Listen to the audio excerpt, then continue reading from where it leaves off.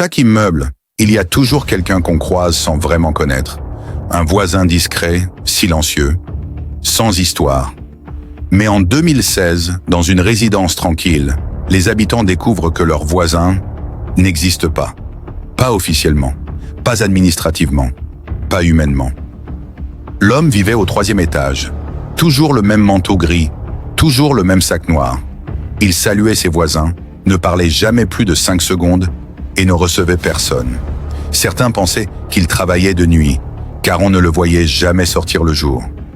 Son appartement restait silencieux, aucune lumière, aucun bruit. Pourtant, il payait son loyer, toujours en liquide. Un matin, le propriétaire ouvre l'appartement pour vérifier une fuite d'eau. L'appartement est vide. Pas de meubles, pas de lit, pas d'objets personnels, comme si personne n'y avait jamais vécu. La seule chose trouvée, c'était une chaise en métal, placée face au mur, et des marques circulaires étranges, comme si quelque chose avait été fixé là pendant longtemps. Le propriétaire alerte la police.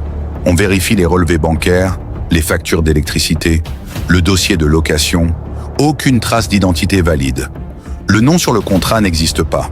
Le numéro de téléphone correspond à un ancien service d'écoute gouvernemental fermé depuis 1999. Les empreintes digitales récupérées dans l'appartement n'appartiennent à personne répertorié dans la base nationale. Les résidents demandent les caméras de sécurité. On voit l'homme entrer et sortir, mais jamais ouvrir la bouche. Dans toutes les vidéos, il marche exactement au centre du couloir sans dévier.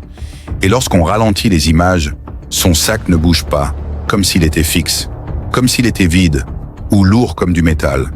A-t-on logé un agent d'observation, un individu sous identité effacée ou quelqu'un qui n'était pas venu vivre, mais surveiller? L'appartement 3B est aujourd'hui loué, mais selon les voisins, à 3h12 chaque nuit, le plancher craque, exactement au même endroit. Décrypte ne donne pas de réponse. Nous cherchons, vous concluez.